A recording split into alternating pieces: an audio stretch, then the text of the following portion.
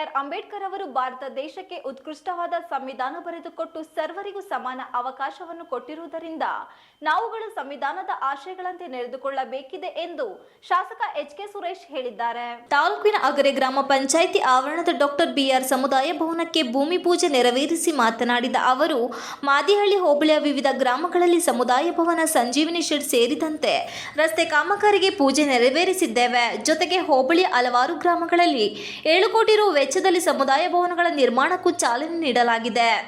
ಪ್ರತಿಯೊಬ್ಬರು ಪಕ್ಷಾತೀತವಾಗಿ ಒಗ್ಗೂಡಿ ಭವನ ನಿರ್ಮಾಣಕ್ಕೆ ಸಹಕರಿಸಬೇಕು ಹಾಗೂ ಈ ಸಮುದಾಯ ಭವನಗಳಿಗೆ ಅನುದಾನ ತರುವಲ್ಲಿ ಬಿಜೆಪಿ ಮುಖಂಡ ಡಿಶಾಂತ್ ಕುಮಾರ್ ಅವರ ಶ್ರಮ ಹೆಚ್ಚಿದ್ದು, ಸಮಾಜ ಕಲ್ಯಾಣ ಇಲಾಖೆ ಮಂತ್ರಿಗಳಾದ ಎಚ್.ಸಿ. ಮಹದೇವಪ್ಪ ಅವರಿಗೆ ಅಭಿನಂದನೆ ಸಲ್ಲಿಸುತ್ತೇವೆ.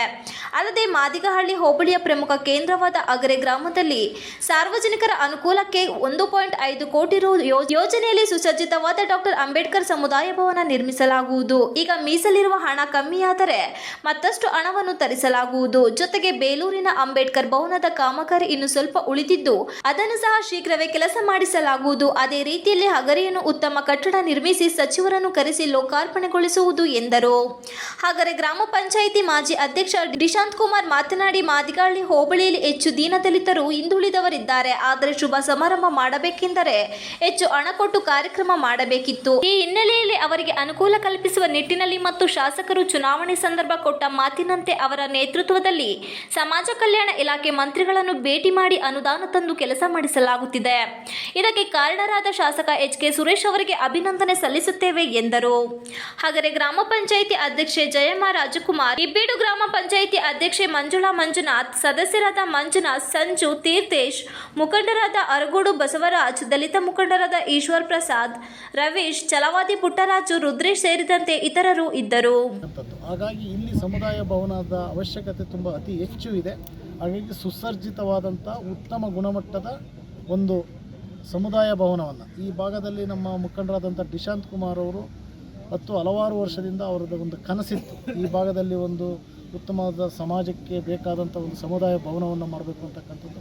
ಅದಕ್ಕೆ ಇವರು ಹೋರಾಟದ ಮುಖಾಂತರ ಮತ್ತು ಇವರ ಈ ಒಂದು ಅನುದಾನ ತರಲಿಕ್ಕೂ ಸಹ ಪ್ರಮುಖ ಪಾತ್ರವನ್ನು ವಹಿಸಿ ಈ ಭಾಗದ ಮುಖಂಡರುಗಳಾದಂಥ ಸನ್ಮಾನ್ಯ ಡಿಶಾಂತ್ ಕುಮಾರ್ ಅವರು ಮತ್ತು ಅವರೆಲ್ಲ ಸಂಘಟಕರು ವಹಿಸಿ ಇವತ್ತು ಈ ಅನುದಾನವನ್ನು ತಂದಿರತಕ್ಕಂಥದ್ದು. ಇದು ವಿಶೇಷವಾಗಿ ಒಂದು ಉತ್ತಮವಾದಂತಹ ಸುಸಜ್ಜಿತವಾದಂಥ ಒಂದು ಕಟ್ಟಡವನ್ನು ಮಾಡುವುದರ ಮುಖಾಂತರ ಸಾರ್ವಜನಿಕರಿಗೆ ಎಲ್ಲಿ ಹಾಸನಕ್ಕೆ ಹೋಗ್ತಕ್ಕಂಥದ್ದು, ಬೇಲೂರಿಗೆ ಹೋಗ್ತಕ್ಕಂಥದ್ದು, ಚಿಕ್ಕಮಗಳೂರಿಗೆ ಹೋಗ್ತಕ್ಕಂಥದ್ದು ಎಲ್ಲೂ ಇಲ್ಲ, ಇಲ್ಲೇ ಎಲ್ಲ ರೀತಿಯ ವ್ಯವಸ್ಥೆಯನ್ನು ಮಾಡಿ ಸಾರ್ವಜನಿಕರಿಗೆ ಅನುಕೂಲ ಆಗೋ ರೀತಿಯಲ್ಲಿ ಒಂದು ಉತ್ತಮವಾದಂಥ ಕಟ್ಟಡವನ್ನು ಮಾಡ್ತಕ್ಕಂಥದ್ದು ನಮ್ಮ ಸಂಕಲ್ಪ ಆಗಿದೆ. 1.5 ಕೋಟಿ ರೂಪಾಯಿ ಇದು.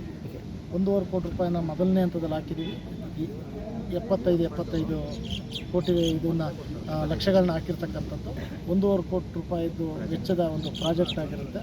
2 ಅಂತಸ್ತುಗಳು ಬರುತ್ತೆ. ಏನಾರ ಒಂದಿಷ್ಟು ಕಡಿಮೆ ಬಂದರೆ ಮತ್ತೊಂದಿಷ್ಟು ತಂದಾಗಲಿ ಉತ್ತಮವಾದಂತಹ ಒಂದು ಸುಸಜ್ಜಿತವಾದಂಥ ಎಲ್ಲ ಸೌಕರ್ಯಗಳನ್ನ ಒಳಗೊಂಡಿರ್ತಕ್ಕಂಥ ಒಂದು ಸಮುದಾಯ ಭವನವನ್ನು ಈ ಒಂದು ಹಗರೆ ಇಟ್ಕೊಟ್ರೆ